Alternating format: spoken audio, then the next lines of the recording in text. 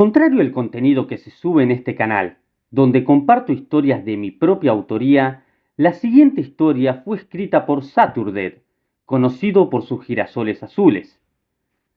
Hace un tiempo atrás creé una lista de reproducción con todas las historias en español de este autor que pude encontrar.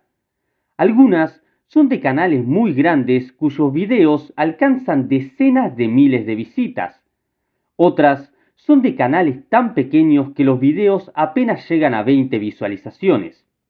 Hoy, con el permiso por escrito del propio Saturdead en persona, voy a estar subiendo las historias de su autoría que todavía no fueron traducidas al español con el objetivo de ir completando dicha lista de reproducción. Muchas gracias a Saturdead por su permiso y que disfruten la historia. Deberíamos haber comprado las condenadas ranas. Por Saturdead. Vivo en un pueblito que se llama Tomskog, Minnesota. No es un pueblo grande, pero es lo que he aprendido a llamar hogar. Justo al sur de Fergus Falls, justo al norte de St. Gall. Quiero compartir algo raro sobre este pueblo que empezó unos meses después de que nos mudamos y que ha ido empeorando. Creo que tengo las cosas bajo control por ahora, pero no estoy seguro y me vendría bien su opinión sobre esto. Mi familia y yo nos mudamos aquí en 2019. Conseguí un trabajo en uno de los almacenes más grandes en las afueras del pueblo, el almacén refrigerado más grande del estado. Me mudé aquí con mi esposa Laura y mis dos hijas, Beth y Jane, desde Chicago. Todos estuvimos de acuerdo en una cosa cuando llegamos aquí. Todo el pueblo parece sacado de los años 60. El pueblo tiene una larga tradición de refrigeración y almacenamiento en frío. En los años 60, el pueblo producía una gran parte de los recipientes de leche utilizados por los lecheros ambulantes. Ya saben, de los que se han visto en las películas. Gente que entregaba leche fría por la mañana directamente a la puerta. Esa leche se transportaba en los recipientes de O'Sullivan, con letras de color naranja y morado brillante. Todavía usan la misma fuente y esos recipientes de leche se pueden ver por todo el pueblo. Para ellos es un motivo de orgullo. Pero esos días ya pasaron. No quedan lecheros en Tomskog, pero hay algunos lugares que todavía usan esa estética como tema. Está la panadería Boderman Biscuit en la calle principal, junto con Rosemary's Dairy, un puesto de helados en el centro comercial. Esos lugares siempre tienen a alguien disfrazado de lechero. Hasta la escuela secundaria también tiene una mascota con esta temática, una especie de minotauro que en realidad es su nombre vaca y con una sonrisa espeluznante. A mi hija Beth no le gusta. Llevábamos unos 6 meses aquí cuando nos tocaron a la puerta. No esperábamos visitas y para ese entonces ya estábamos bastante instalados. Además, ya habíamos tenido nuestra cuota de vecinos que venían, por lo que esa época ya había pasado. Laura me llamó cuando abrió la puerta. Al ir, me sorprendió ver a un joven, no mayor de 17 años, vestido con ese clásico atuendo de lechero todo blanco. El joven nos saludó con una carpeta y con una gran sonrisa. «Señor y señora Hyvis», sonrió. «Soy Tom, de O'Sullivans. Encantado de conocerlos». «Encantada de conocerte, Tom», se rió mi esposa, mirándome de reojo. «Ese es un gran uniforme». «Simplemente genial». Estuve de acuerdo. «Son muy amables», nos dijo Tom. «Solo estoy aquí para ver si están interesados en inscribirse para alguna de nuestras entregas semanales. Lamento no haberlos contactado antes, pero ha habido todo tipo de retrasos en la planta de producción». «Yo no», dijo Laura mirándome. «No se me ocurre nada», interrumpí. «No en este momento». Por supuesto», asintió Tom. «Pero quizás podría dejarles estos, para que puedan revisarlo a su gusto». Extendió una sola hoja de papel. La tomé, le deseamos lo mejor y cerramos la puerta. Cuando se fue, Laura no podía parar de reír y juró que me iba a conseguir uno de esos trajes. El papel en sí se quedó en la encimera de la cocina durante unos días hasta que mi hija menor, Jane, se encontró leyéndolo por puro aburrimiento una mañana. Contó todo en la lista, leyéndolo en voz alta. La mayor parte era bastante normal. Podías pedir huevos, mantequilla o algunos sabores selectos de helados, principalmente Ben & Jerry's. También había agua con gas, zumo fresco y, oye, incluso la buena leche de siempre. También había algunos productos secos como bicarbonato de sodio y harina. Y luego, en la parte inferior de la página, estaba esa línea que no podía creer. «Ranas», dijo Jane, mi hija menor. «¿Dice ranas aquí?» «Eso no puede ser cierto», se rió Laura. «A ver, déjame ver». Me lo mostró mientras me tomaba el café de la mañana. Ahí estaba, claro como el día, ranas y con un asterisco, como si fuera opcional. En ninguna otra parte de la página decía para qué era el asterisco. Eso era, con mucho, lo más raro que había visto en este pueblo.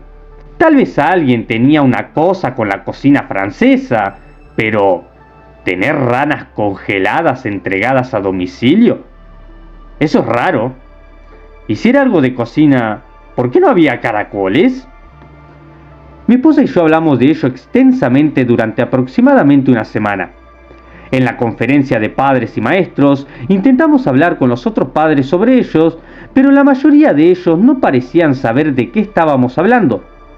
Pensaron que estábamos bromeando. Algunos de ellos tenían entregas regulares de O'Sullivan's, pero la mayoría solo una vez al mes y solo para algunos de los productos básicos de cocina. Aparentemente, su crema fresca era para morirse. Llamé a O'Sullivan's el lunes siguiente. Solo tardó un timbre antes de que alguien contestara. Tampoco una máquina, sino una persona real. Intercambiamos saludos y expliqué que había recibido una hoja de inscripción de Tom y estaban encantados de que volviera a llamar. Todo fue muy agradable hasta que mencioné las ranas y el asterisco. «Oh», dijo la persona, «¿tiene una de las casas junto al lago?» «No realmente junto al lago», reconocí, «más bien en las cercanías, por eso está ahí, por si necesita algunas ranas, a menos que tenga las suyas propias». «¿Por qué necesitaría ranas?» «Podría explicar en términos claros por qué, señor, lo siento, pero necesito que baje la voz». No me enorgullece decir que no lo hice. La conversación se volvió agria y estuve a punto de tirar mi teléfono por la habitación. Laura me calmó. Me dijo que había hablado con el agente inmobiliario al respecto y le habían asegurado que, si bien había un lago cerca, no había informes de ranas problemáticas en la zona. A todos los efectos, todo parecía un error. Cuando el otoño se convirtió en invierno, nos olvidamos de todo el asunto. No fue hasta la primavera que recibimos otra visita de Tom, y esta vez no estábamos en casa.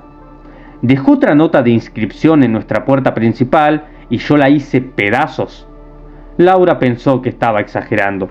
Tomskog es hermoso en invierno, pero la nieve puede ser un verdadero problema. Muchos de los caminos de entrada van ligeramente cuesta arriba, por lo que incluso un poco de hielo puede impedir que llegues al trabajo a tiempo.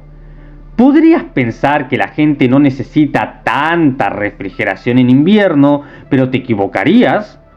Claro, es posible que no quieras que te entreguen helado en la puerta de tu casa, pero todavía hay productos que necesitan ser transportados por todo el país, especialmente durante las vacaciones.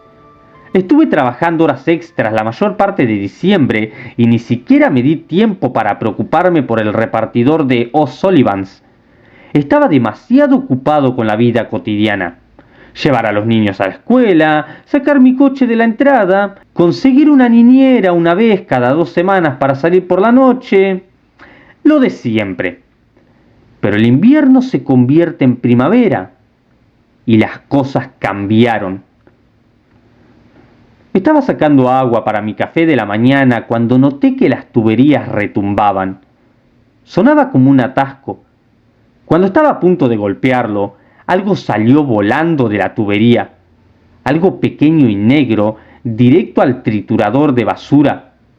El agua fluyó bien después, pero no pude evitar preocuparme. Pensé que las tuberías eran viejas, pero por supuesto, la solución no fue tan simple. En las semanas siguientes empezamos a notar cosas por la casa y el jardín. La hierba de afuera se estaba volviendo marrón lentamente y el camino de grava desde la casa hasta la entrada se estaba convirtiendo en barro. Empecé a despertarme con el olor a madera mojada que entraba por la ventana de nuestro dormitorio y mis hijas entraban por la noche quejándose de los mosquitos. Todo escaló hasta el punto en que me desperté una noche por la picadura de un mosquito en la nariz. Fui a la cocina a tomar un vaso de zumo y calmar mis nervios cuando de repente me resbalé. Voltereta completa de 90 grados, cayendo de espaldas y mirando al techo. Me revisé el pie solo para verlo cubierto de sangre. Había pisado una rana. La había aplastado y arrojado los restos directamente por el suelo como una cáscara de plátano.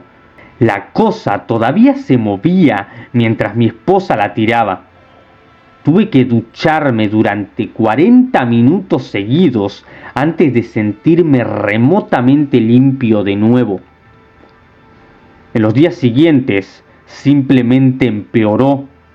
Me despertaba en medio de la noche con el sonido de los croak. Siempre estaba en algún lugar cercano. Podía oír algo húmedo golpeando contra nuestros suelos de madera. A veces oía algo golpeando contra los muebles o incluso contra las patas de la cama. Empecé a hacer controles de ranas antes de acostarme. Rara vez encontraba más de una, quizás dos, pero tan pronto como se apagaban las luces podíamos oírlas, croando, golpeando por ahí. Todo llegó a su punto álgido una noche cuando Beth, nuestra hija mayor, entró gritando en nuestro dormitorio. ¡Hay alguien en la casa!, gemía. ¡Hay alguien en la...! Me levanté en un abrir y cerrar de ojos. Laura cogió el teléfono y empezó a llamar a la policía. Beth se metió en la cama mientras yo cargaba mi bereta. ¡Shane!, llamé a mi otra hija. ¡Shane, ven aquí! No hubo respuesta. Le di una mirada a Laura y salí corriendo al pasillo, todavía en ropa interior. Podía ver a través del pasillo principal hasta la puerta principal. Todo estaba oscuro. Las luces seguían apagadas. La media luna iluminaba una pequeña silueta en la puerta. Un niño. Pero no era Shane. Era un niño. Eso, y 1000 ojos brillantes por el suelo. Entonces la oí. Alguien estaba gritando afuera. ¡Shane! Di un paso y sentí una rana aplastada bajo mi pie. Podía sentir sus patas agarradoras moverse entre mis dedos mientras luchaba por mantenerme en pie. Justo cuando intenté llamar a mi hija, perdí el equilibrio y caí de bruces al suelo. Y finalmente las noté. Ranas. Ranas por todas partes. Se me metían en el pelo, en las orejas, intentaban meterse en mi boca. Se empujaban contra mis labios, mi nariz, mis ojos, mordiendo con bocas sin dientes. Me levanté y me las quité de encima, solo para ver que la silueta en la puerta había desaparecido. Me limpié la baba de rana de la cara y salí corriendo, aplastándolas a cada paso. Podía sentirlas mordisqueando mis pelos de las piernas. Hacía un frío que pelaba afuera, y el barro era más profundo de lo habitual. El croar de fuera era ensordecedor. Croacs pequeños, diminutos, croacs grandes, llorones, croacs que parecían alargarse para siempre, como gritos. De la cacofonía de sonidos, logré identificar a mi hija. Con el arma en la mano, corrí directamente hacia el bosque. Para entonces, mi corazón latía tan fuerte que ni siquiera podía oír el croar. Solo había caminado por ese mismo sendero unas cuantas veces antes. Sabía a dónde me llevaba. En retrospectiva, debería haberlo sabido desde un principio. Corrí durante al menos 10 minutos, usando solo la luz de la luna para guiarme.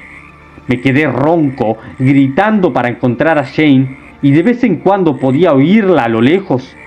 Tropezaba con ramas, pisaba rocas afiladas, me desgarraba contra pinos y abedules, pero seguía adelante. Me esforcé tanto que ni siquiera noté que me dolía la mano contra el gatillo del arma. Por suerte, el seguro estaba puesto. El lago suele ser una vista relajante. Un pequeño lago de agua dulce, perfecto para pescar, con una gran roca en el centro. Normalmente puedes amarrar tu barco ahí y darte un chapuzón en verano. Lo había hecho unas cuantas veces antes con las niñas, pero ahora el lago estaba repleto de ranas. El bosque resonaba con croaks y no podía ver a Jane por ninguna parte. De repente, algo rompió la superficie del lago. Oí un grito fuerte y gorgoteante y supe que era mi hija. Corrí tan rápido como pude, zambulléndome de cabeza en el agua. La luz de la luna se reflejaba en un puñado de pequeños ojos bajo la superficie, pequeñas patas pateando para acercarse a mí.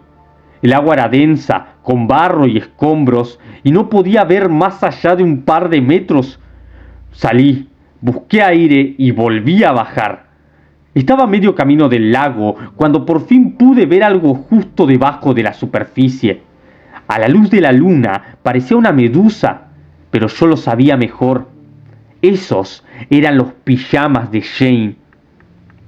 El resto de lo que pasó está un poco borroso en mi mente. Me zambullí y, de alguna manera, la agarré, pero mientras la sacaba a la superficie, pude ver algo grande mirándome desde el fondo. Ojos del tamaño de faros, sosteniendo toda la pierna de Jane en su boca. Por suerte, la mordida parecía suave. Yo me quedé petrificado viendo eso, pero lo increíble es que aquello también casi parecía sorprendido de verme. Tironeé con todas mis fuerzas y logré liberar a mi hija de esa boca extraña. Y en cuanto la saqué, eso se retiró al fondo del lago. Esos grandes ojos se volvieron negros cuando los párpados se cerraron y la luz se retiró. Arrastré a Jane hasta la roca en medio del lago. No respiraba.